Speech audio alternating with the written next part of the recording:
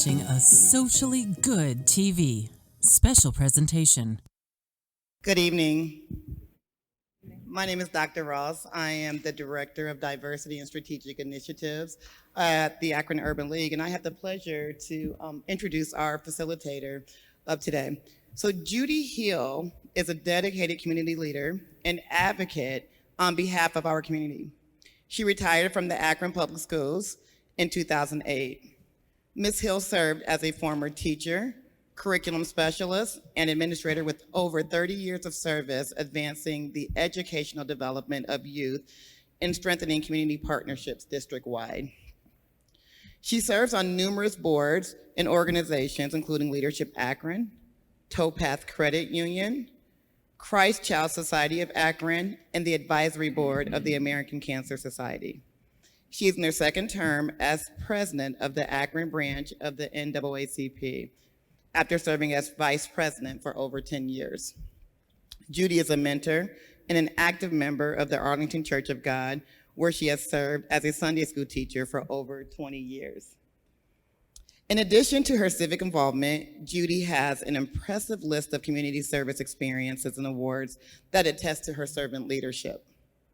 Mrs. Judy Hill is a graduate of Leadership Akron, class of 2022, and Leadership Akron, next class 3. She received the Project Grad Akron Community Service Award, the Alpha Kappa Alpha Sorority Child Advocate Award, and was a Northeast Ohio Athena International Leadership Award finalist. She also was a recipient of the University of Akron's College of Education Alumni Award, the Helen E. Arnold Humanitarian Award, the Akron Urban League Volunteer of the Year Award, and the YWCA Hidden Heroine Award, to name a few. When Judy is not busy serving the community, she enjoys spending time with her husband, Dr. Gregory Hill, and her family. Judy Hill describes her 4 children and 7 grandchildren as her greatest accomplishment and sense of joy. To relax, she plays golf, travels, and loves to read. Please welcome Judy Hill.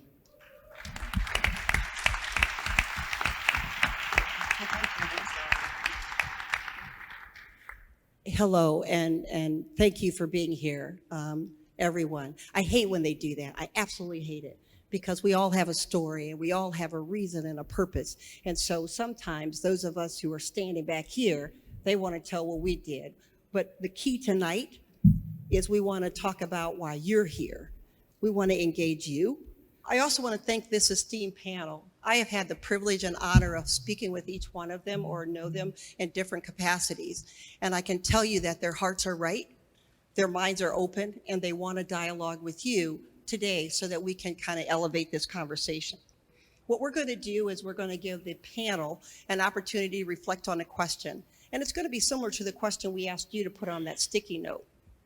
And then we're going to share some of the information that you wrote, and then talk about and answer some of the questions that you had, because I think that's important. And that's where we want to spend the bulk of our time, listening, reflecting on what you have to say.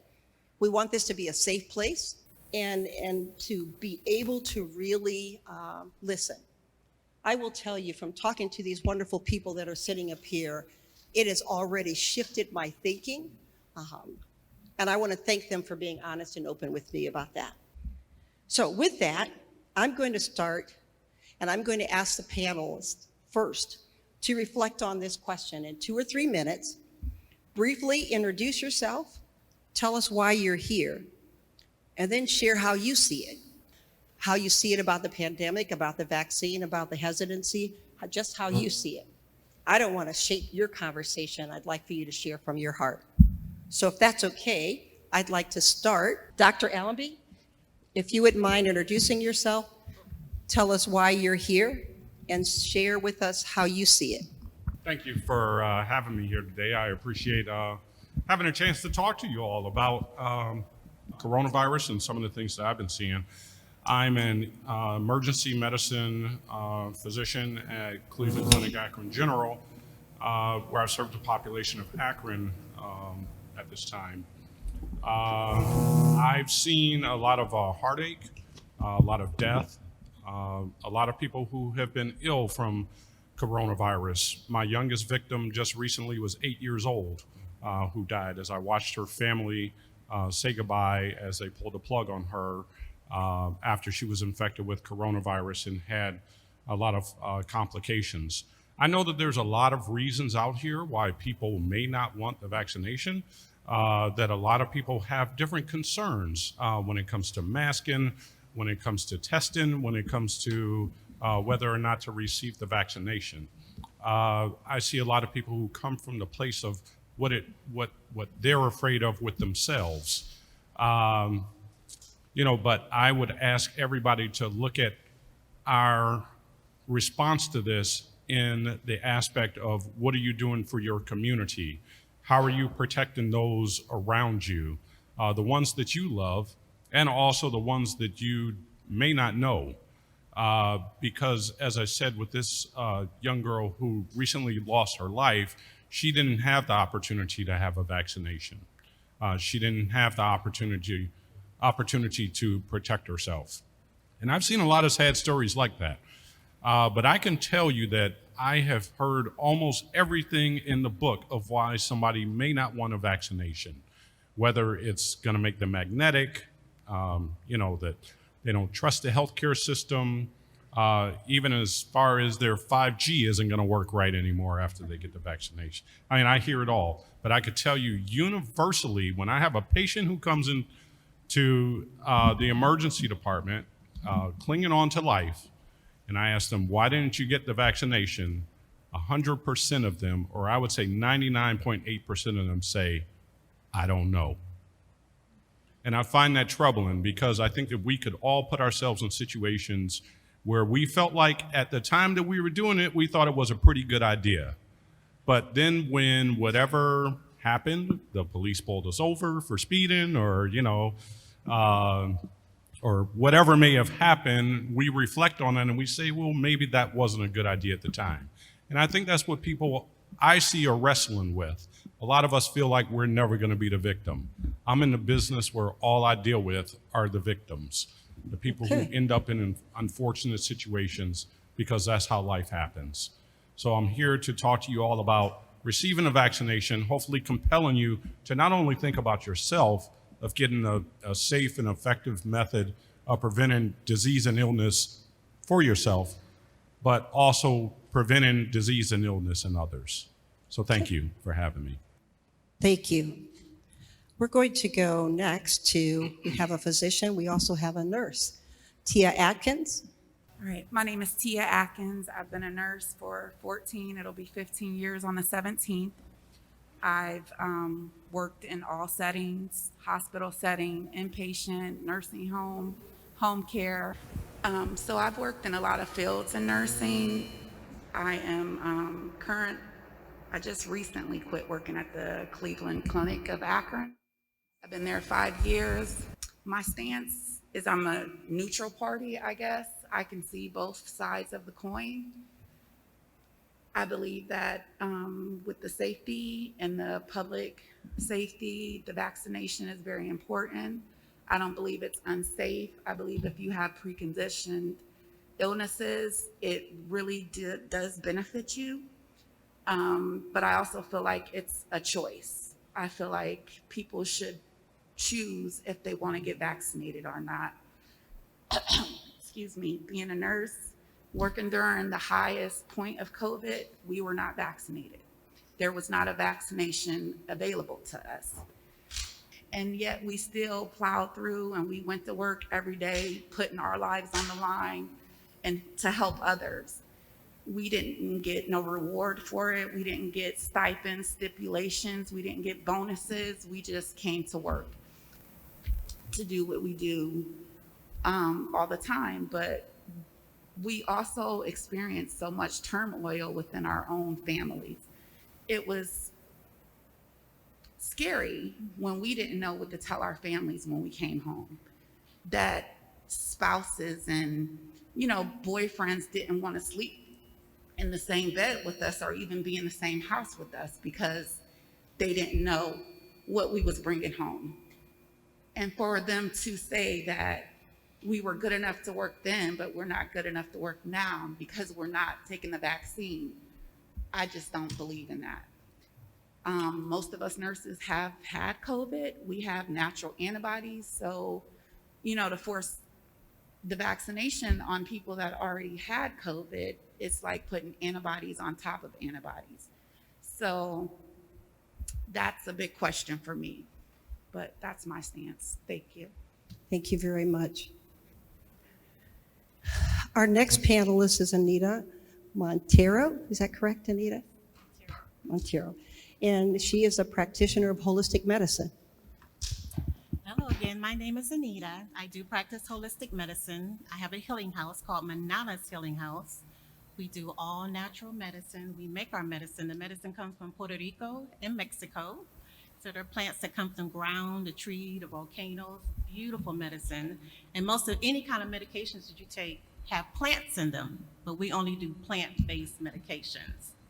The Healing House, which is now open now, I have not been working for a while, everything is going on, but we have people to come stay with us who have cancer and they want to heal naturally. Or they just want to come and chill, relax, get a massage, get healthy foods. We massage and cook all their meals natural. So that's Manana's Healing House. We also have our own product line. And again, the product line comes from herbs from Mexico. My background is biology, chemistry. I did go to medical school. I do not want to practice medicine because I'm totally against most medicines, unless they're emergency medicine, which I was a paramedic, so I love emergency medicine. But other than that, I do believe that God made us a perfect body, and our body can heal on its own as long as you know what to do. So far as COVID, there's so many plants you can do right now before you get sick, and while you're sick also. Now, this is just for when you first get sick. So as soon as you get a sore throat, you should be drinking something hot every hour. And later, I'll give you those things to drink when you have mucus in your throat or you feel heavy chest. I'll give you some things that you can take for that. Now, if it gets where you cannot breathe, then of course you have to go to the hospital. There are things that you can do before you get sick. And in groups of a lot of people, you should always be masked. I don't believe in going to gatherings. I have a lot of friends here, but I gathered one time, and that's our class reunion. I don't go to anybody's house. I'll visit my dad, drop some food off, go to my aunt's, drop some food off, and then I'm out of there again because I travel so much. I traveled through the whole pandemic, which was really nice because nobody was on the plane and nobody was at the beaches. Really nice. So I traveled the whole time, did not get sick, because I make sure I mask up. We make sure we wash our hands really well. As soon as you get home from wherever you go, you should be taking off those clothes, not sitting around, sitting on your bed, sitting on your couch. Make sure your hair is wrapped if you're going to be around a large group of people. Nobody should be partying right now. No one. No one should be partying right now because everybody's sick. This pandemic is real. At first, a lot of people did not believe the virus existed. Now you know the virus is really here. But just protect yourself and don't be afraid. Don't be afraid. Just take all the precautions that you need to take. Thank you. Thank you. So just with the few that we've had a chance to hear from you, hearing a broad array of perspectives. Next we have with us Pastor Rushing, who is the illustrious pastor of this church and has been very engaged in helping with some other conversations as well, especially men's health. Pastor? Thank you again. My name is Pastor Kevin Rushing, the proud pastor of the United Baptist Church, executive director of Gus Johnson Community Foundation. I am not a physician. I am not a doctor. I know a great physician. I guess I am here, of course, always to learn, but then also, there's some people when they ask you to do something, no is not an option. So I'm here on tonight to share, I would think from a spiritual perspective. How do I see it? I want to stay on track so that I don't get in trouble with Miss Judy Hill. Since we've been engaged in this pandemic, I've seen a couple things transpire. One, from the church's perspective, from a spiritual perspective, of course, prompted more of us to engage on a more virtual playing field when it came to the church that many of us did not operate in. From a membership perspective, I think more people started attending services on Sunday morning than probably ever before. There was a challenge to get people, Representative Sykes, to come back to service on Sunday afternoon when they would go to their morning service. Now, people attend 4 or 5 services before it becomes noon on a Sunday morning. So we did see that begin to happen. On the other side of that, as churches have begun to open again, we see and continue to hear the concern of members coming back due to COVID. And I always share with people, of course, to do your research, talk to your doctor, allow God to lead you, because he will still give you understanding even in the midst of all of this. But also share with them, don't allow your fear to be the factor that keeps you from following your faith. Because some of us have allowed what's happened to now become the excuse as to why we no longer participate. Here's the reality: we still need each other. It's still important for us as a people, as a body, to be around one another and not to be isolated from each other. So I think we have to be mindful of that as we continue to go forward and take those steps in our everyday lives. Thank you. Thank you very much. Next, we have Minority Leader Amelia Sykes, who is no stranger to any of us here in Northeast Ohio. She represents District 34, and it's really and has always been a champion in regards to COVID information and access for our community. Amelia, I'm sorry, I know her as Amelia. Sorry. That's okay. Thank you, Mrs. Hill, and thank you for allowing me to join you all today, especially to Project Ujima, Lakeisha, for putting this together. Your vision is beautiful, so thank you for letting me be a part of it. Again, my name is Amelia Sykes. I am the state representative for Ohio's 34th House District. I also serve as the minority leader for the Ohio House of Representatives. I live in Akron, I work in Columbus, and quite frankly, all over the state. I'll say briefly, when I was in school, I got a master's degree in public health. And I also got a law degree. And people would always say to me, what in the world are you ever going to do with a degree in law and public health? And I would rattle through all types of situations where I thought it would be appropriate, that I would be able to work in public policy and help inform public policy when it comes to the public's health. And I never talked about it in the realm of pandemics or infectious diseases, but right now I am one of 3 legislators who has any formal training in public health, and it shows. It has been more than frustrating to watch a public health issue turn into political football. And the way in which my colleagues in this state and throughout the country have used this pandemic in order to set themselves up, or their parties up, or whatever political persuasion they're in, for success, rather than being concerned about the health and well-being of the public, has been very illuminating for me as not only a legislator, but as a person who lives in this world and is subjected to the decisions of lawmaking bodies and executives who sometimes, and oftentimes, more often than I even like to admit, make decisions that are not in our best interests because of their very own. And this pandemic is certainly one of those places where we've seen that happen a lot. I think the other thing that I'm seeing a lot is a failure in systems that were supposed to protect us, whether it's unemployment compensation, vaccine distribution, cultural competency. All of these things were supposed to be here to protect and serve and promote the health and welfare of the people in this state. And time and time and time and time and time and time again, we are constantly being failed by our leaders.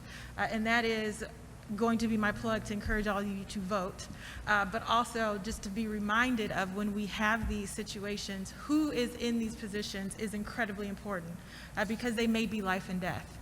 Some of the decisions that we make are often life and death, but they don't carry out and play out in real time and as quickly as we have experienced with the pandemic. And I certainly would not be honest with this group if I wouldn't say I wish I could move out some of these people who I work with in order to put a few other players in so that they were even thinking more thoughtfully. They may not have to agree with me, but they at least need to be a little bit more thoughtful and considerate of the folks who they are elected to serve. So that is the perspective that I see in this, and be happy to go through many examples of where we can do better. But one thing I do know for sure from the place that I sit, that people in this state deserve much better than what they're getting. Present company excluded, of course, but I do want to remind everyone there is an election coming up. No matter where you are, please make sure you participate in it, because somebody is going to win, and it might as well be someone that you pick. Thank you, Sister Sykes. Next we have Kim Whitehead. Again, you want to tell us why you're here, how you see it? Okay. I'm originally from New York, from Harlem. Before I eventually transferred to Kent State, graduated, met my son's father, have two awesome superstar sons. They are 15 and 17 now. And so I've been in Akron now for 13 years. Early on in the pandemic, I'm on social media, predominantly Facebook, and a lot of my friends I know personally. There are a lot of friends from New York that I went to school with, grammar school through high school, even in college. I went to New York. So early on in the pandemic, people know me as a woman of great faith, great. I take my relationship with the Lord very, very seriously. And so early on in the pandemic, I stopped counting after losing 29 people.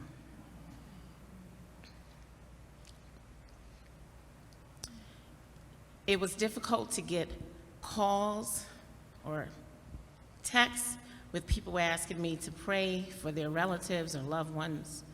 And soon as I go to my war room, I got another one coming through the door. So that trauma I experienced early on, so I knew that COVID was real. I knew it was real, and it was outrageous in New York. I am not anti-science. I'm not an anti-vaxxer. In fact, I don't like that term. And when I was asked what did I want to be put down as, I immediately said, do not put me with anti-vaxxer. I know that COVID is real. Throughout this pandemic, like some of the other speakers, I have taken calculated risks, and I've been taking serious advantage of the cheap flights. And I've been traveling throughout this entire pandemic. I live here with my two teenage sons and my 85-year-old mom that I brought from New York out here about 8 years ago. She had no underlying health issues besides a touch of dementia, and she couldn't walk that well. She would use a walker. But she lived in my house with my sons and I caring for her. When I would travel for work, they would bathe her. They would change her diaper if she needed to. She was communicative. So I've been taking calculated risks throughout this entire pandemic, masking up, following the science. We went from 1 mask, 2 masks, 3 masks. In June, I was diagnosed with COVID pneumonia. I was diagnosed on a Friday. My children tested negative. My mother didn't test at all. I was admitted to the hospital, and on my 11th day in the hospital, my mother was admitted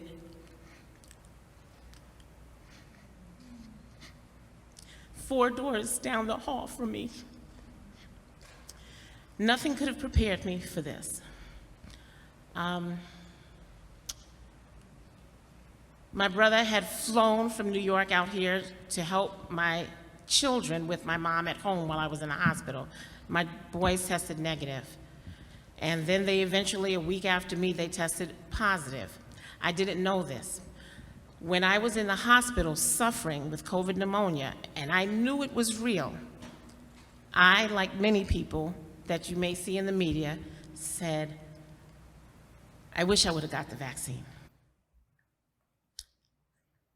When you're in so much pain and you don't know if you're going to pull through this, you'll say anything to stop whatever is going on in your body. So I made the decision to tell my brother, since he was out here, take mom and take the boys, get them vaccinated immediately, because they'll never be able to survive this. That was how much pain I was in. That early on, I said, I'm not taking the shot. I don't trust it. They came up with it too quick. I said a whole bunch of stuff. I didn't go into conspiracy theories like 5G, etc. But I said, nah, they came up with it too quick. And I watched all this trauma, the refrigerated trucks in New York. I don't trust it. Why would they come up with this quick? Why couldn't they come up with it back then? Why would they let all these people die? I had all these things in me. No conspiracy theories, but I emphatically said, I'm not taking the vax. We're not doing it. I'll take my chances with COVID. Well, guess what? I got COVID. And when I was sick, I said, oh my gosh, Kevin, which is my brother's name, take mom and take the boys to get vaccinated. That was on a Wednesday night. I made the appointment for them on Saturday. On Thursday in the hospital, I saw an article online that talked about the inflammation in the hearts that young teen males were getting. And that freaked me out. I called up my brother, no, don't take him. Don't take him to get the shot. Just take mom. Just take mom to go get it. I didn't know until that Saturday when the pharmacy called me with COVID test results, saying you should have the test results in your email. I'm saying, I'm in the hospital. What test results? Your brother, your family was here. I said, what are you talking about? I did not know that night on Thursday, my son came up with symptoms. He couldn't taste or smell. He had COVID. He told it to my brother, and my brother said, no one's getting the vax. We're going to go get retested. And it turned out to be a good call because my son's tested positive. And it would have been a disaster had they got the vaccine on top of being freshly riddled with COVID. So it was a good call.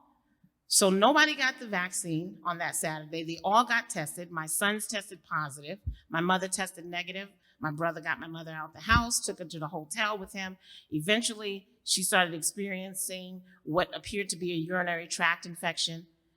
He brought her to the hospital, and her oxygen level was low. She did have COVID, and she did have a UTI, and they admitted her 4 doors down the hall. We got to spend a few days. I was in the hospital almost 2 weeks, and we got to spend a couple of days together in the hospital before they kicked me out of the hospital. They would not let me stay with my mom. They were going to let her come home. A couple days later, she's doing fine. COVID is no symptoms whatsoever. She's fine, she's breathing. And then something happened. I was at home recovering, and they said, oh, you know what? I said, I can't take her right now. Can we put her in a nursing home temporarily? They said, okay, maybe tomorrow. Well, tomorrow they decided to keep her. So she stayed in the hospital. My doctor shared with me in the hospital I had to wait 90 days to get the vaccine. By that point, I had done more research. So how I see it, to answer this question, my mother did pass in the hospital. I was with her. I had always said that if my mother died, she was going to be at home. It wasn't going to be in a nursing home. I wasn't putting her in there. Some of my friends had encouraged me to do so I can do what I want to do. No, I'm going to care for her. She's going to die in my arms. God saw to it. It didn't happen in my house, but I was in the ICU with her when she took her last breath. And I will always tell people that my mother died with COVID, not from it, because there were things that I witnessed that I say, something's not right. Something's not right with this. So how I see it, I'm not anti-vax. I'm pro-choice. I don't think it should be forced. And I'm going to ride it till the wheels fall off. Fortunately, I'm not working in an environment that I am forced to get the shot. But the fact that the information is being suppressed, that the media all has the same information of fear, that they're feeding us. I have to dig deep, deep to get other scientific opinions. So how I see it, I'm not anti-vax, I'm pro-choice, and I am not getting the shot. Hello, everyone. My name is Curtis Quojo Williams. I am a African-centered psychologist here in the Akron area. I've been in Akron for approximately 25 years. I've been practicing psychotherapy for approximately 20 years. I've been here a long time. I know this because my last client today walked in at 24, and I couldn't remember her because I worked with her when she was 8 years of age. So I thought that was extremely interesting. How I feel or how I see this particular issue is multifaceted as well as multi-layered. This is a psychological phenomenon that we are all sharing in as it relates to COVID, but especially the vaccines. From a cultural perspective, we are a very resilient group of people. We have dealt with issues historically that have been equal to or greater than this particular issue. But it still pulls us back into a pattern of consideration that we all experience differently. And that consideration is, how do we survive? And we have these considerations both individually and collectively. This issue is impacting every facet of what it is to exist. From a political perspective, vaccine mandates could be a civil rights issue. From a biological perspective, our rights to our own bodies and what we decide to put in our bodies is an extremely important issue as it relates to the African American community. And last but not least, just from a racial perspective, we are dealing with a issue of racial trauma. When we think about racial trauma, it's not the most common term that individuals are familiar with. We are more familiar with post-traumatic syndrome, right? And the fundamental definitions of this particular diagnosis is the threat of life, a life-threatening event that causes a psychological and physiological occurring fear. So I don't think there's one way for us to address this particular issue. We are the most creative people on the planet. We will have to address this issue from a level of critical analysis that will pull together a mind, body, and spiritual understanding. And so when I work with my clients that come in and discuss this issue, when I work with when I speak with my family and my friends and my associates, I make sure that I listen to the plethora of perspectives. And I really would like to thank the Ujima project for pulling these talented speakers together so that we can continue to contemplate from that broad perspective. Thank you. There's an article in the Beacon Journal, September 20th, and it's called "My Black Family Struggle with Vaccine Hesitancy." And Brother Curtis, you reminded me of something, and I just want to read a snippet of that. It says, "Racial distrust in America runs so deep that people in my family thought it was logical to risk getting a deadly virus rather than trust a physician's recommendation to get a vaccine." She referenced the fact that her grandmother had a stroke and was in the hospital with COVID-related symptoms.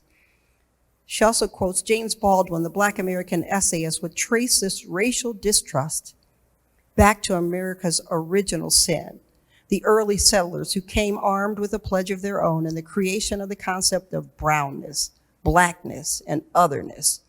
The distrust is rooted in being made to feel different. It is valid, people, and getting acknowledgement of it and healing from it, this past trauma, is a good fight that we need to keep fighting. But we must separate that battle from a fear of proven science. Interesting. So you've heard the perspective of the individuals up here. I'd like for Sister Audrey and Jennifer to share what you wrote on the sticky notes, because we asked you the same question. How do you see it? So let's start there. And so for the most part, and we appreciate those of you who filled out your thoughts on how you see it. But for the most part, collectively, I believe the group really thought that the vaccination was critical. And we want to just read a few of the comments that were written. And so someone wrote, I'm in favor of more mandates like the ones in California.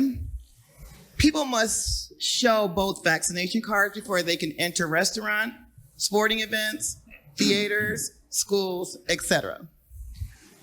We also heard some folks say we need to do it to protect the community, and it should be required for all. So there's this belief in here from some folks that believe that there should be some mandates around the vaccination.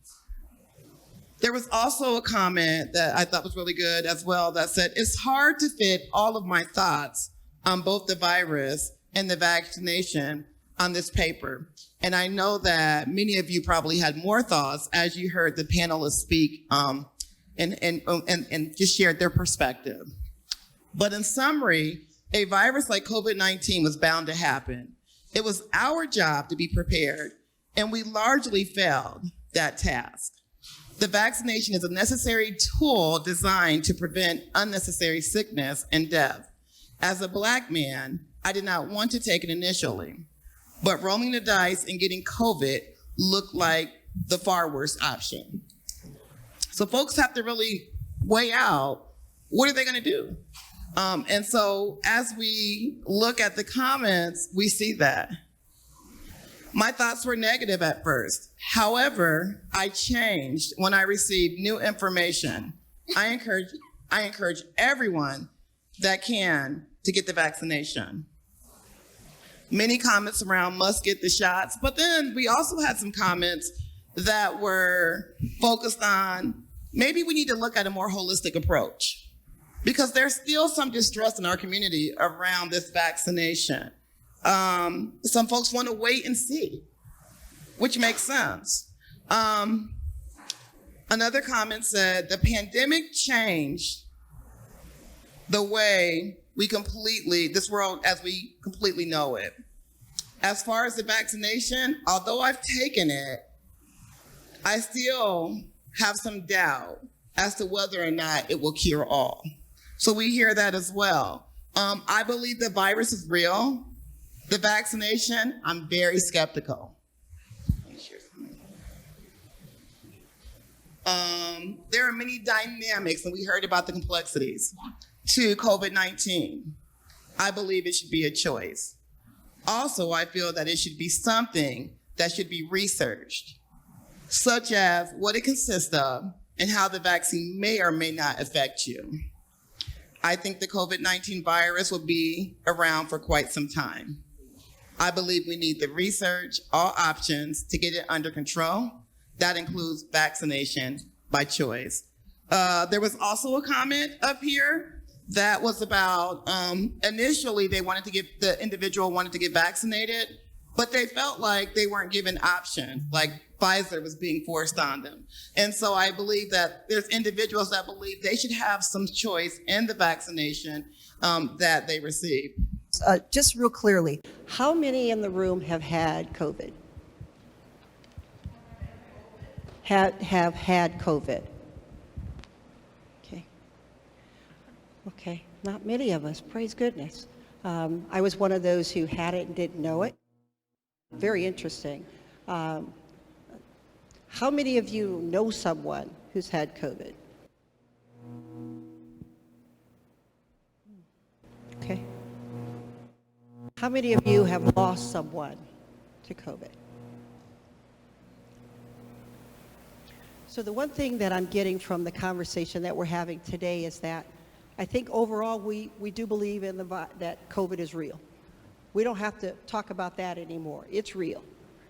I don't know if everybody appreciates or respects the science with the vaccine, but we do all believe that it's real and the impact we have felt it.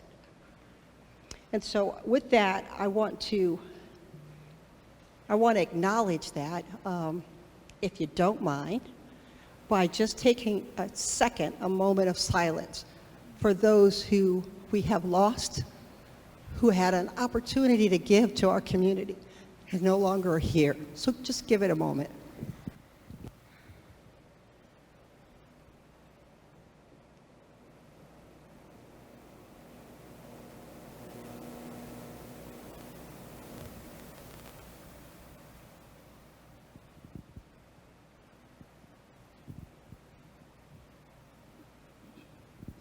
Thank you.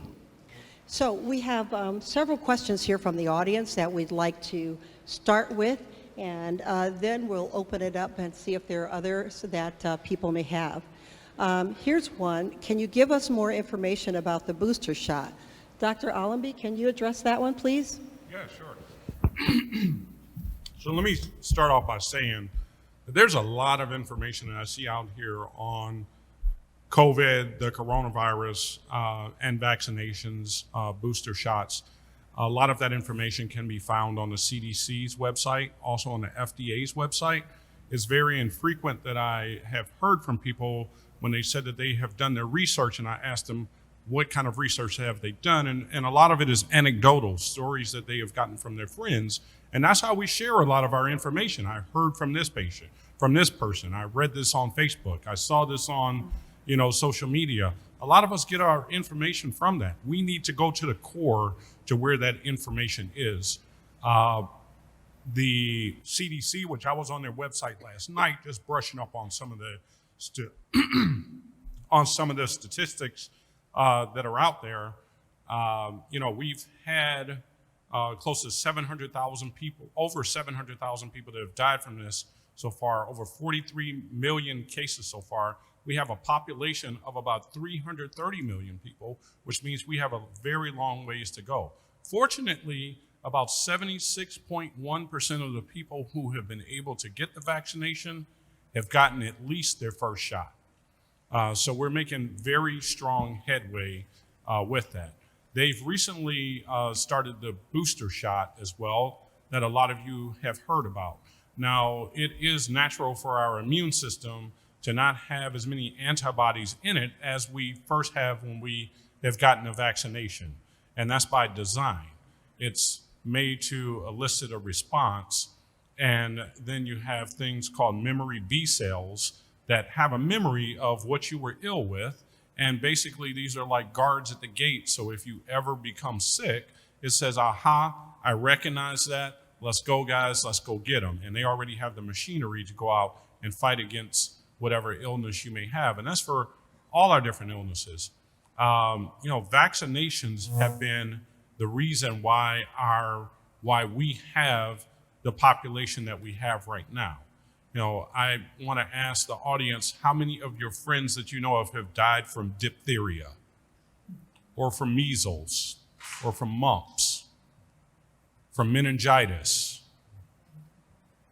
from so many different other things, from rotavirus, from pertussis, from rubella? Most of these things are unheard of now. And the reason being is because of vaccinations. That's the simple reason why. This is something that most of us, if not all of us in this room, have gotten throughout our whole lives. Now, this is an mRNA, Pfizer and the Moderna vaccination are both mRNA vaccinations. They use a specific type of process in order for your body to produce a protein that it recognizes as foreign, and it makes antibodies against that so it could attack it. This is the same protein that could be found on the end of the coronavirus molecule, so to speak.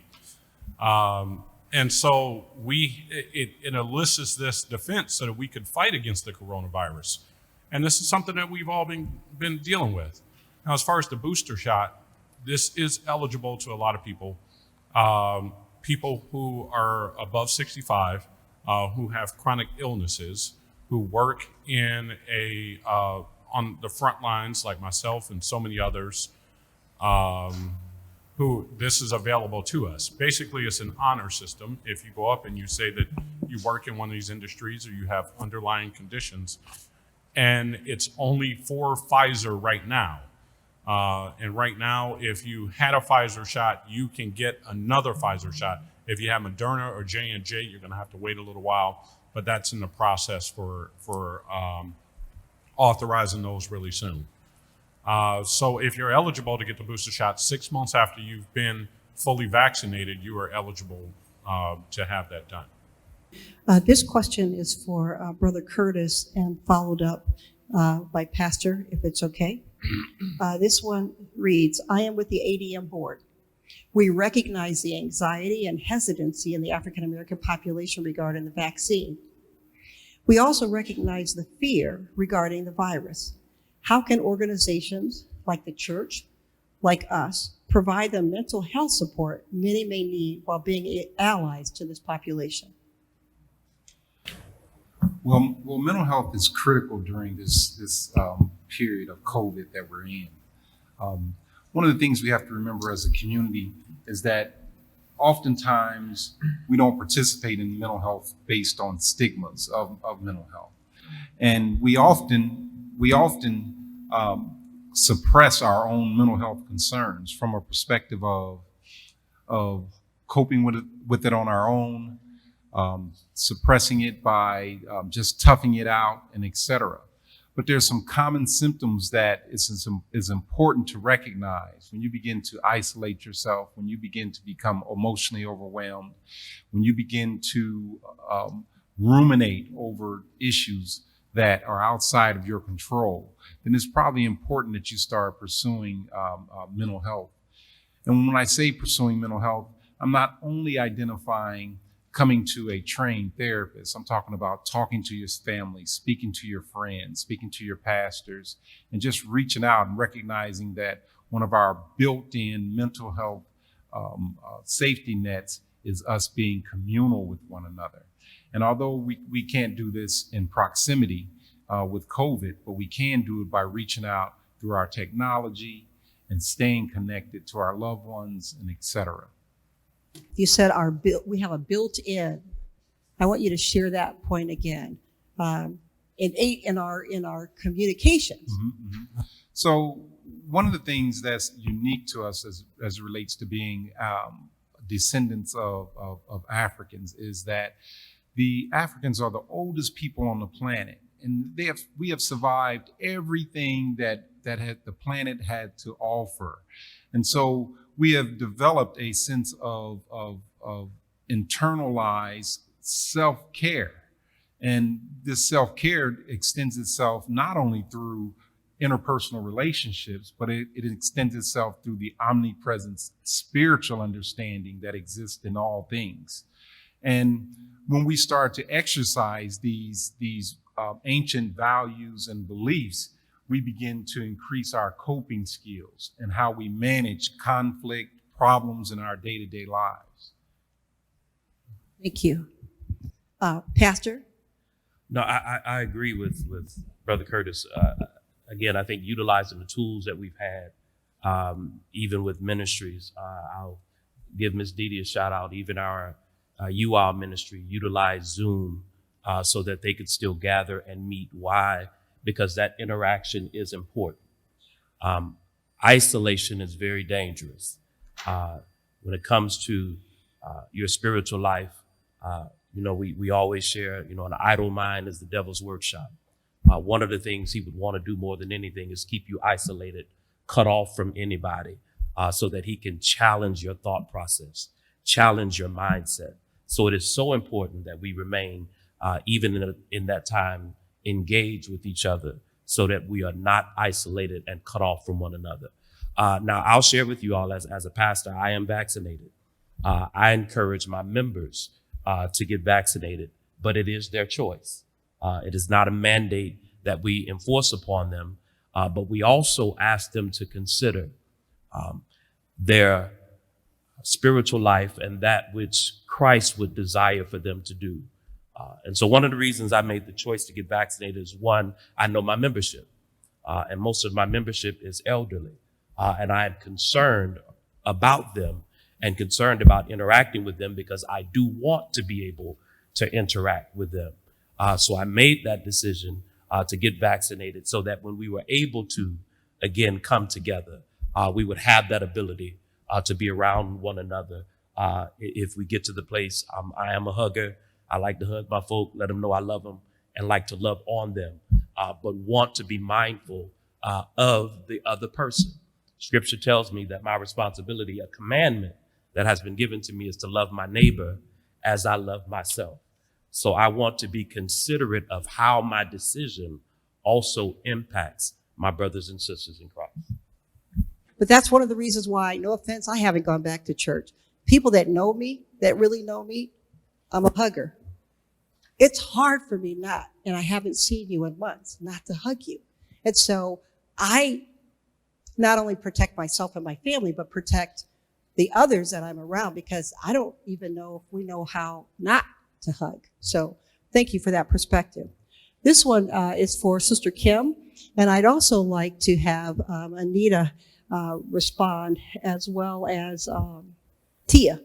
Okay? What other information can you share with us that you haven't heard, that you've heard, where we can find the other new information that you referenced? There's a lot.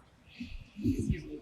There's a lot of research, particularly the CDC website. I have screenshots of them updating the terminology throughout this pandemic to suit,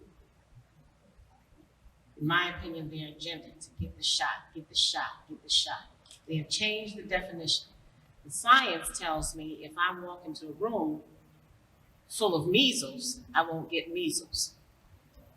It's known that being vaccinated does not protect you. That has changed. That was on the CDC website. And it came when the vaccine started coming up. In December, it started rolling out. We noticed the spikes start coming up. And initially, when the CDC said you get the shot, you won't catch COVID. This is on their website. This was on their website. It was in plain view. Throw away your mask. People got the shot, they threw away their masks, and then we have a spike that goes up. So when I get sick with COVID, when I got sick, I stayed at home and stayed in my bed and stayed away. People can still, as we've known, can still catch the virus even though they're vaccinated, and they can still spread the virus. So when I get sick, I stay home. You have, say, the vaccine, you don't even know that you have the virus. You're asymptomatic, and you go around and you can spread it to other people. This is on the CDC website, on the VAERS report, where the adverse reactions that people have to the vaccine. This is on the CDC website.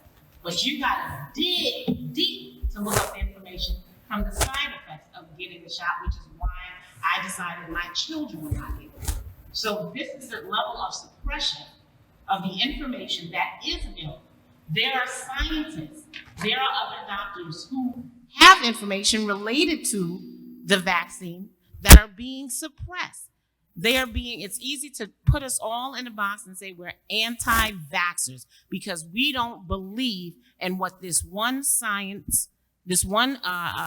Fauci says. There are other doctors that share information. Trinidad and Tobago, that was on there, how they noticed that the spike happened in Trinidad and Tobago after people got the vaccine. So the information is out there. You just have to dig. I've learned not to use Google because it only feeds you certain information. I use DuckDuckGo, and there you can find a lot more information than if you use Google. But a lot of the information, again, the side effects of getting the vaccine, sure, the vaccine and being protected from getting seriously ill, and you wouldn't catch the virus at all. Now it keeps you out of the hospital or getting seriously ill. How do we know that? Because someone asked me, since my mother passed and I was hospitalized, do I regret not getting it? I said, absolutely not, because I don't know how sick I would have gotten. My one son who was positive, he was asymptomatic and he had COVID. We don't know if a vaccine is going to keep me out of the hospital. And I have opinions about that. I have friends that work in a hospital that say, listen, it's a lot of vaccinated people that are in here. So there's information that's out there, and it's not from social media. You do have to dig, but you go onto the CDC website, and I've watched them change the definition. I've screenshot the definition of what an actual vaccine means. They changed it. They've changed it in the dictionary. Anti-vaxxer, they've changed the information. It's right, it happens, but you have to go look for the information and again, go to the CDC website, and it is updated. I have screenshots from when it was updated. So yeah, you don't have to dig too far, but you do have to dig. Some of us will read information and we don't continue to read, and so we don't know about any changes and updates, and so that is a concern. I agree. Sister Tia, I know as a nurse, you have also received additional information and thoughts on this. Please share. I wanted to state, first of all, that a vaccination is not a cure. So in that aspect, I think that it was very irresponsible of them to tell vaccinated people that they could go without masks because they were still able to spread the disease. And that's why you see the spike, because people felt like, I got the vaccine, I don't need to be protected, I'm already protected. And that was very false information to put out there. It was irresponsible to say you don't need to wear a mask because you could still contract COVID-19. So I wanted to clear that up first. Yeah, it's interesting you brought up the mask issue, because those of us who have our wonderful masks, we thought that they were enough. But really, these are more fashionable. This is more protective. And so some of us had gotten to the point outdoors, we wear them both. Because you need the protection, but a mask isn't a mask, isn't a mask. Yes, but even I want to talk about the vaccinations that we got when we were younger. All of us had this little mark on our left or right shoulder. I have 6 grandchildren. None of them have been vaccinated. All of them have been born in a bedroom of our home. Never been vaccinated. I've lived in Belize for 8 years. My husband is back there. He's never been vaccinated until he had to come to the United States of America. I taught at a school in Belize. None of those children were ever vaccinated. Again, my husband didn't get a vaccination until he had to come to the United States of America. All the diseases, polio and all of that. Sherman, have you heard of any of those diseases in Belize? Why? Why is that? I've been there for 8 years. No, I've been there for 9 years now. When COVID hit Belize, it's because there was so many thousands of cases in the United States and other countries. We got COVID because someone came from New York and brought it to a small island, and that's when it began to spread. If no one would have came over, they wouldn't even have had it. But somebody brought it over to the island. And then it started spreading to the mainland. I don't want everybody to think that you have to get vaccinated when you're children, or your child has to be vaccinated. There's so many people who are totally against vaccinations when you're born now, and you don't get those diseases anymore.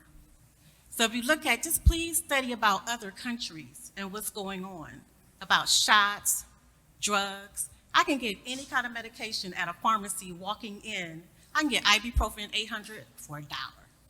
You can get Oxycontin, any kind of medication, but here medication is so expensive and everybody wants to be pushed on it. I can't get my husband to take a medication because he's from an island. So they don't believe in drugs. If someone gets sick, I'm allergic to a tree in Belize. Tell me, what's the name of the tree? If I even walk up under the tree, I break out all over. On my wedding day, I was all broke out with this. My husband went to the bush, because we lived by the jungle, went and got some bark and put it all over me, and it instantly goes away. Even his grandmother is a snake doctor. If you get bit by a snake, you go to her and you spend the night, and she heals you from the snake venom. There are so many natural medicines. My husband took me, we walked through the bush probably about maybe 35, 40 minutes, and he dug in the deep dirt, and he got, what'd you get, Sherman? Red China root. There's so many medications that will heal you from diabetes, heart disease, lung disease, your kidneys. Please start reading about your plants. There's so many plant books you can read about. Your food, you have a food guide in your package. It's all of those foods in your package are not mucus forming. If you eat rice, baked potatoes, pasta, wheat, flour, cheese, they make mucus in your body. It covers up your lungs and your heart where you cannot breathe. If you need to lose your weight, lose weight. Watch what you drink. You should be just drinking water or natural juice. No sodas, none of those things, because they're going to cause sugar, which makes mucus in your body. So when somebody sneezes or cough around you, your immune system is down, yes, you're going to be sick. You're going to be sick. Be careful who you're around. I don't know anybody who died from COVID. I don't know, but I do know people who got sick. My grandson, the first week he went to school, that's the one that was born in my bedroom, never been immunized, but he's a strict vegetarian. He got COVID. We went and got so many different things for him, a bunch of herbs. My daughter flew home and gave him a bunch of herbs. 2 days later, he was good. Of course, he still showed positive, but he just said he had a little small sore throat. That's it. It could have been strep. I don't know. Who had the flu this year? Have y'all heard of anyone that has the flu lately? Strep throat? A cold? It's a question. Has anybody had a cold lately? Flu? Strep throat? What happened to all? I don't think so. Everybody don't wear a mask. I know a lot of people who don't wear masks. But just please don't be afraid. These are the things that you can use. Yellow dock, burdock, bearberry, all those berries are so good. Drink them when they're hot. Always drink some. As soon as you feel a sniffle or a sore throat, make sure you drink something hot every hour. Cayenne pepper tea is so good for you. With a little bit of lemon or a little bit of lime, a little bit of maple syrup, you should drink that every day anyway. It's the weather for it. Turmeric is good for you. Vitamin C is good for you. Make sure you get the high dose that you possibly can. Black seed oil. Does anybody use black seed oil? Everybody should use black seed oil every day. Golden seal, garlic. I cook with a lot of garlic. Every meal that I make, and I do not go out to eat unless it's a special occasion. You should not be eating out because people who are feeding you are probably sick. So you should eat at home, prepare your food at home. So garlic is good, golden seal is good, black seed oil is good. Elderberries, not the one you drink. You have to get the real elderberry. The other stuff is no good. So those are the things you can keep in your house. You should have a lot of water in your house. I just told my husband we need a load up on water. Every time I go to the store, I load up on water. You need a lot of water at home, a lot. Again, you have a food guide in your booklet. I've been following this food guide for the last probably 20 years. Cook your own food. You should start growing your own food. We have land in Belize, we have a so lot of we grow our people own here. food. Yeah, grow your own food. Because if you notice, I don't know if you all notice, maybe because I come back and forth, but the fruits here don't taste like they used to. Did you guys notice that? Your fruits and vegetables are not tasting good anymore. You better start growing your own food, fruits and vegetables. And again, stop those sodas, those sweet teas. That sugar is not good for you. If you have diabetes, just know you can heal from that. Most people tell you cannot heal from that, but it's all about your sugar. That's baked potatoes, rice, pasta, wheat, flour, all those sugars. So be careful. And those resources are inside the Inside your folder. food guide. I even have natural teas inside Yes. the folder. And I believe she'd be available to talk with others who would like more information. Sister Sykes, the question or one of the comments on the cards, they referenced legislation and that maybe we need to have legislation like they do in California.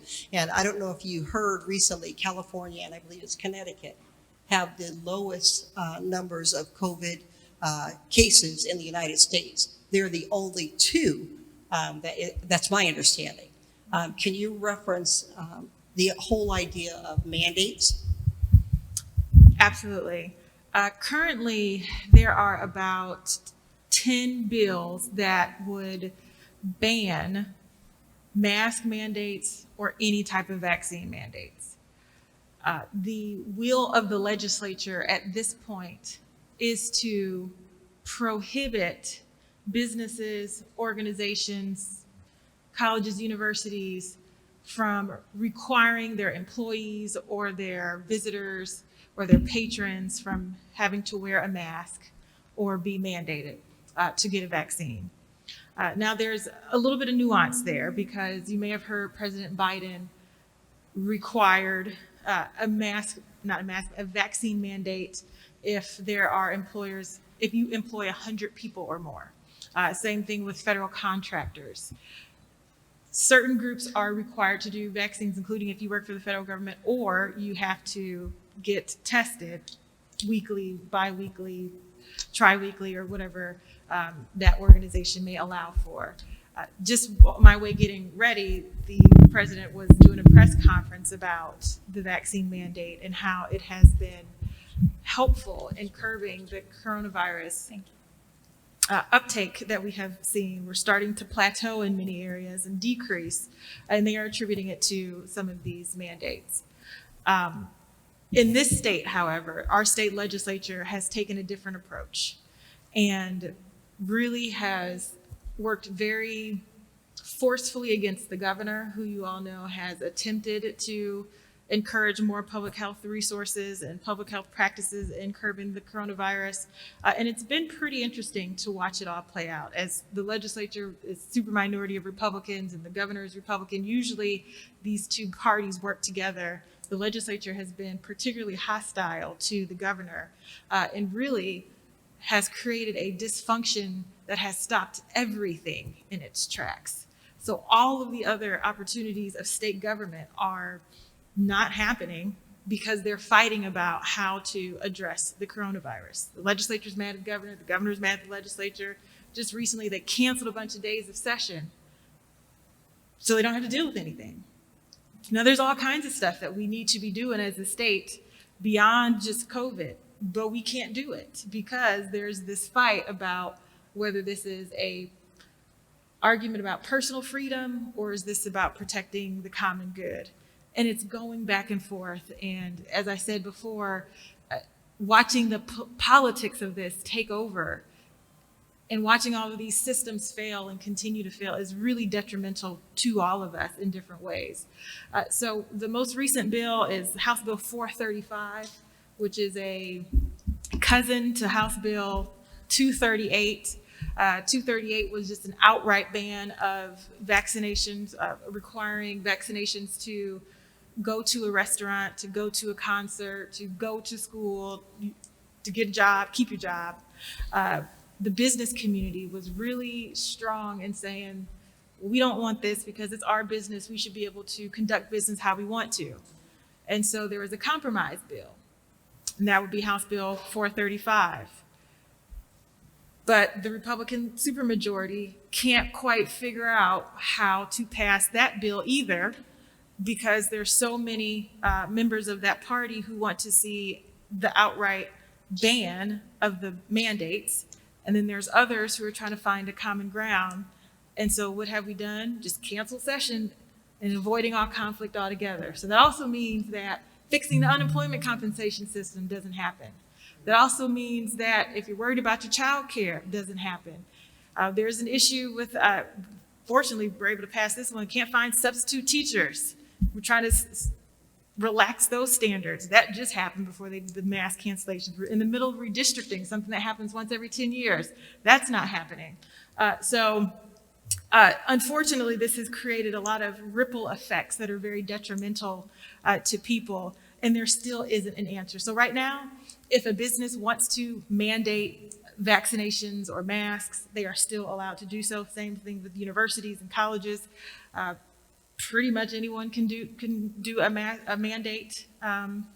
There are very few requirements. Courts have upheld these types of mandates, and this goes back to earlier vaccines in the 1920s. So there's a lot of legal precedents that allows for this, and that's why they keep being thrown out whenever there are challenges. And so it's really going to vary based on where you go, where you work, but there's little help coming from the state government, unfortunately. That's encouraging. We have three kind of general questions, and of course, we're running out of time. So if someone would take these questions, just give us a minute of response. This one I think is very important as well. With the failure of so many people not getting vaccinated, how much longer are we expected to wear masks and social distance? How many people or what percentage of people need to get vaccinated to get us back to pre-pandemic health? I can start with Doctor, that. thank you. So, number one, let me speak to what we call herd immunity. And generally, you want about 80% of the population vaccinated against illnesses for it not to spread within the community. That's the reason why we see people who can come here who are not vaccinated, because they're not exposed to people who have these particular illnesses.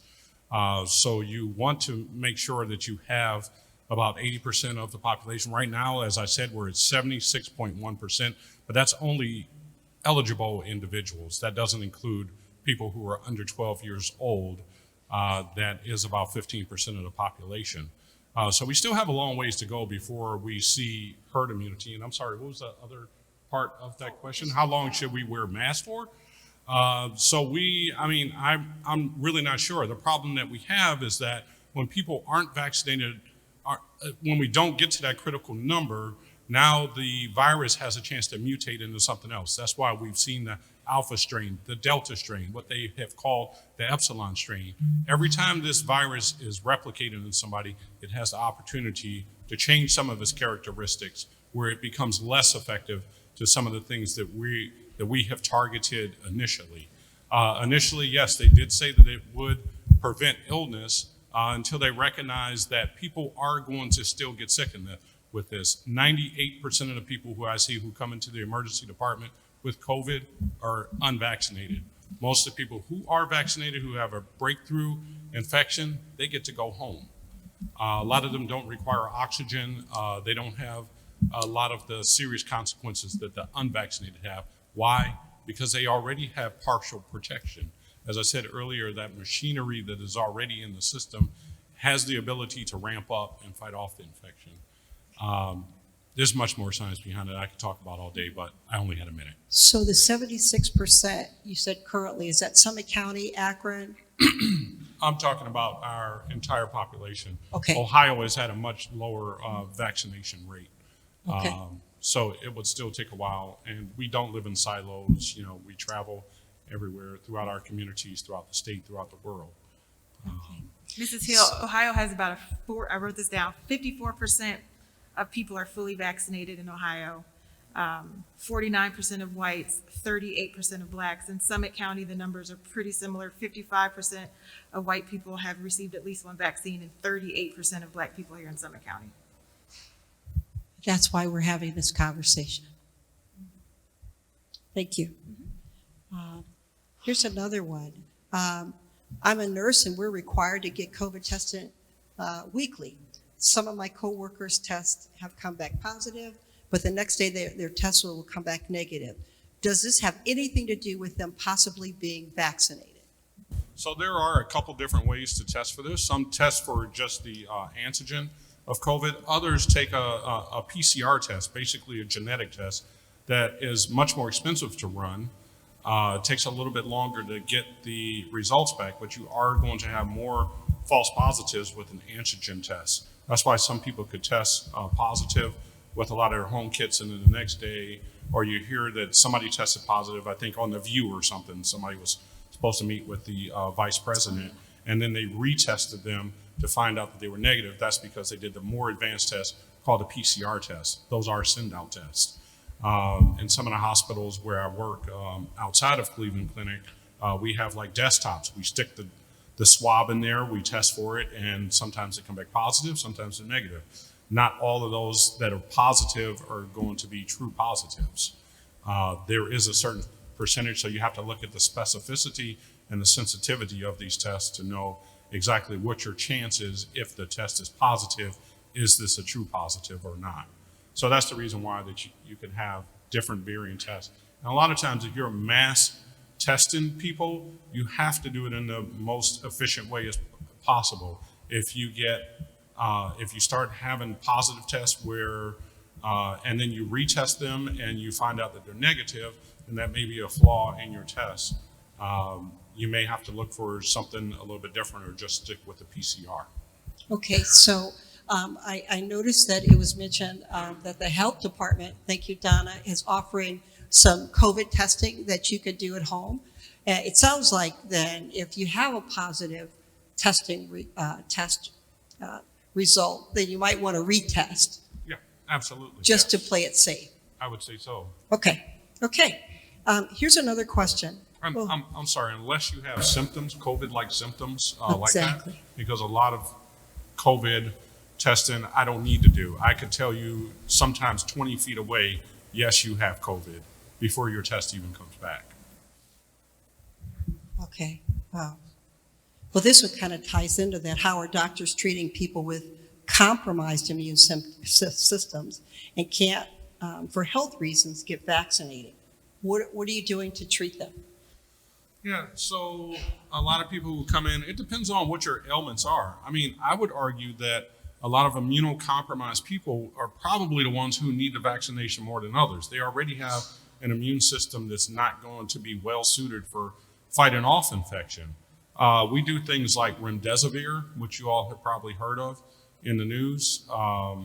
We also use like monoclonal antibodies. If you're requiring oxygen, you'll get a dose of steroids, because a lot of times the thing that's killing you is not the virus, it's your response to the virus. It's the inflammatory process. As a young lady who spoke about all of the different homeopathic medicines, natural medicines that you can use that reduce a lot of things like inflammation. There is room for that. For us to have that so that we have a lesser inflammatory response. But some of us are just predisposed. I mean, that's the definition of allergies, basically, is that you have an exaggerated response to an antigen that's in the air that some other people don't. And it's that inflammatory process that sometimes kills you. I watch people drown in their own bodily fluids. It's that response that's causing that. So with that, I can't remember the core of your question from what you said. I kind of got off track there, but essentially that's all I have to say about that. Right. Sister Kim, were you getting ready to share? Okay. No, I wasn't, but I do have something I did want to say. Okay. I was treated in the hospital with all of those that you mentioned. But I really would love for the discussion to lean towards boosting our immune system, as the sister said, before we get sick. That is not being talked about enough in the media. Big Pharma doesn't want to talk about it at all. And people like myself who have the antibodies, because you can get an antibodies test, and I've tested myself 3 times so far. You can get it done at Walgreens. It's lab work. They draw blood, they send it out, and they give you back a number to see if you have the antibodies. People like myself, we're completely left out of the conversation. The media, Dr. Fauci is simply shot. And when I watched a interview with him recently, he was asked by the senator, congressman, about people that have natural immunity, that have caught COVID. And he absolutely says that he's never really given it any thought. And it's like, you can't be serious. I have the antibodies, and we are 7 times more likely protected from having had COVID. But we're completely left out of the discussion. It's just, get the shot. Everyone wants to tell me to get the shot. And they want me to throw away my natural immunity, which I refuse to do. Like Miss Whitehead, I had COVID as well, so I have natural immunity as well. Sorry. I have natural immunity as well, and that was one of the things that that came up as well. But I wanted to talk about as far as the vaccine and the side effects from the vaccine that is not talked about. In the Black community, hypertension is very rapid. Kidney disease, a lot of those things are being affected by people that contract COVID. If you already have high blood pressure, if you already have kidney disease, you are going to be hit a lot. The COVID is going to attack those places in your body that you are naturally weak in. It will so ramp those things up. We've seen a lot of blood clotting, a lot of just filling up, like he said, with fluids, drowning in their own fluids because of And the vaccine did not stop that. And we've seen that the vaccine was causing heart strand issues in certain patients that had heart problems already, like heart diseases, or if they had bowel issues. So those people that have preconditioned diseases are going to be hit a lot worse naturally, just because their body is already at a deficit. That's what I wanted to express. And if I could just add on to that too. So there is something called myocarditis that they have shown with the vaccinations that you could possibly get myocarditis. Your percentage of chance of that is 0.004 of myocarditis. However, people who have had the COVID vaccination have about a 30 to 40% chance of having signs of myocarditis. So although those two things cause the same problem, your likelihood of having a problem like that with the vaccination is very, very small. If you contract coronavirus, if you contract COVID, your likelihood of having myocarditis is significantly higher. So this has been great, and I appreciate this dialogue that we're hearing. And I do hope that we can continue to have conversations about immune systems and being healthy beyond the coronavirus pandemic. And it's one of the major failures in our healthcare system and the way that payment dynamics work, that it does not pay to keep people healthy. And that's one thing that should have been a part of our information stream prior to COVID, but hopefully it will be post-COVID, because we are going to get past this eventually. And that we're always encouraging people to be healthy, that they're eating better, that they're exercising, that they're keeping those community relations together and those internal ways in which we protect ourselves and that self-support. And it's one of the reasons why, going to church is so important. Having Project Ujima and the listening circles is so important, because we can share these things and encourage it amongst one another. Because whether it's COVID or the flu or whatever the next pandemic is going to be, we should be prepared for that. And we should be pushing those types of things within our community, making sure that our streets are safe. I know Councilman Neal is always trying to make sure our communities are safe so people can go walking outside and they don't have to be afraid and they can get that kind of exercise. And when they're breathing the air, hopefully it is safe to breathe in and the water is safe to drink. And these are, again, if I can go back to the structural inequities that are causing illness and lack of wellness in our communities, and the ability for distrust to come in such significant distrust. I understand why people don't trust systems, and I don't hold that against anyone. And it's been incredibly challenging in my role as I try to be someone who may be trusted and encourage folks to think of different decisions and differently and be open-minded to why people feel that way, because they absolutely do. And I've been working on this with Project Ujima for infant mortality and maternal health. We tell people to go talk to your doctor. Well, people don't trust the doctors. Sorry, not you, present company excluded. But people don't trust their doctors for a lot of good reasons. Or people don't even have doctors. Their doctor might just be the emergency room physician when they just go see you. So who are they really supposed to be going to talk to? And so we're not doing a good job with really connecting people to what they need when they need it the most, or when there is a crisis, they don't know what to do.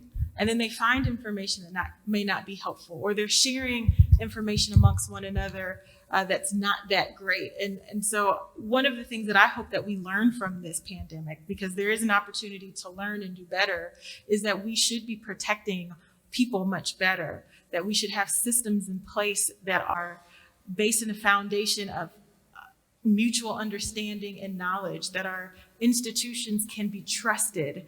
So when we have this kind of dynamic event that comes through and changes people's lives, you can actually believe the people who are telling you things. But that's not going to happen overnight. And what we've experienced, and especially in the Black community, where we have been consistently lied to and mistreated, that we only have 38% of the people vaccinated in Summit County. And it's a 15% or so difference. And so what have we been doing since then? One of the things that I consistently find frustrating is nothing. When I ask people, what are you doing to go to the Black community and talk to people? They don't know how to do it. They never even thought about it. Still, 18 months later, don't know how to do it, and they're not doing it well. And it's to what you just said, Kim. They're not thinking about everybody in the conversations. They're just thinking about the easy people to think about. And so we've got to include everyone in these conversations so we can bring everybody along and hopefully get to a point where folks can believe it when we say something, not feel like we're taking advantage of them, and be prepared to fight the next thing, because there will be a next thing. And if we approach it in this way, we're going to be in a world of hurt, because we won't be able to convince people to do much of anything, because they don't trust each other and they don't trust the institutions that are supposed to be protecting and serving them. Some of the things that I heard that I wrote down: A, we deserve better than what we're getting. Things they get bad when you're really sick, but there's some preventative things we can do before we get to that place that maybe we need to start looking at and changing our lifestyle so that we can fight it in a different way. Fear versus pro-choice versus decisions. Bottom line, we are, and I love this one, self-care. We don't want isolation and overwhelming feelings to be a part of everything that happens with us. We can address these issues and do more. And so I too want to thank Project Ujima for just bringing this conversation back into the neighborhood to have it. But the other thing, it's a mind, body, spirit, spiritual understanding. We've got to get understanding in all that we do if we're really wanting to make a change, and if we need to survive the strength in this community that we want. Someone still had a question, and I thought it's broader, and I just want to leave it with you. How do you think COVID-19 is affecting our Black and brown students, already dealing with educational inequities? And and what can communities do to support our students and their families? I hate to say it's a topic for another day, but it's something we can all think about, what you can do individually and collectively. I want you to give this panel a round of applause.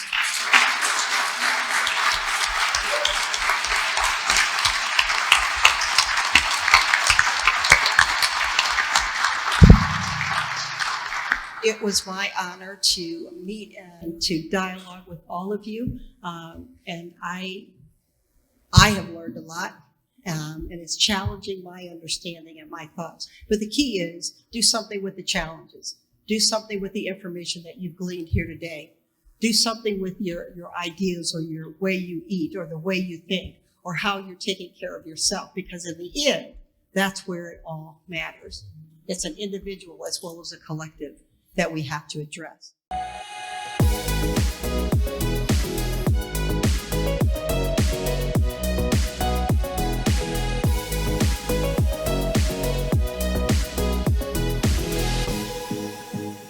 SGTV, Socially Good Television.